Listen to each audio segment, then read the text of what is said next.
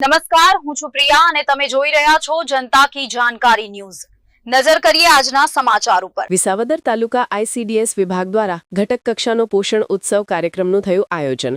વિસાવદર સ્વામિનારાયણ ગુરુકુળ ધારીબાઈ pass ખાતે Visavadar ICDS વિભાગ દ્વારા તાલુકા પોષણ ઉત્સવ યોજવામાં આવ્યો હતો।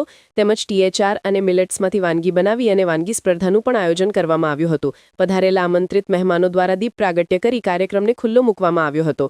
સાથે સાથે આરોગ્ય વિભાગના કર્મચારીઓ દ્વારા વાનગી સ્પર્ધાનું નિર્દેશન કરી સ્પર્ધામાં 1, 2, 3 નંબરને વિજેતા કરવામાં આવ્યા હતા, જેમને ઉપસ્થિત મહેમાનોના હાથે પ્રમાણપત્ર વિતરણ કરવામાં આવ્યું હતું। સાથે સાથે આંગણવાડી વર્કરો, હેલ્પર બહેનો તેમજ આંગણવાડીના લાભાર્થીઓ, અધિકારીઓ અને પદાધિકારીઓ તેમજ આગેવાન અગ્રણીઓ વગેરે ઉપસ્થિત રહ્યા હતા। આ પ્રસંગે ઉપસ્થિત મહેમાનોએ મિલેટ્સ અને ટીએચઆરની મહત્તા જણાવતા પોતાના મંતવ્યોમાં જણાવ્યું હતું કે આ પ્રોટીનયુક્ત આહાર છે જે આપણા જીવન માટે ખૂબ જ ઉપયોગી છે અને તેનો ભરપૂર ઉપયોગ કરવો જોઈએ।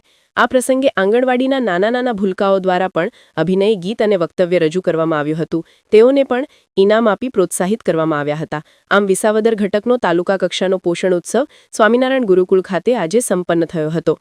રિપોર્ટર આસિફ કાદરી, વિસાવદર।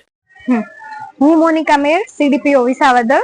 આજ રોજ વિસાવદર ઘટકમાં પોષણ ઉત્સવ 2025 નું આયોજન કરવામાં આવેલ હતું, જેમાં બહોળી સંખ્યામાં લાભાર્થીઓ, વર્કર બહેનો, હેલ્પર બહેનો, સાથે સાથે અધિકારીઓ અને પદાધિકારીઓ પણ હાજર રહેલા હતા। પોષણ ઉત્સવ 2025 અંતર્ગત પોષણ વાનગી સ્પર્ધા કે જેમાં ટીએચઆર માંથી બનેલી વાનગીઓ અને મિલેટ્સ માંથી બનેલી વાનગીઓની સ્પર્ધા કરવામાં આવેલી હતી અને એમાં પ્રોત્સાહન રૂપે 1, 2, 3 વિજેતાઓને પ્રમાણપત્ર પાઠવેલ છે।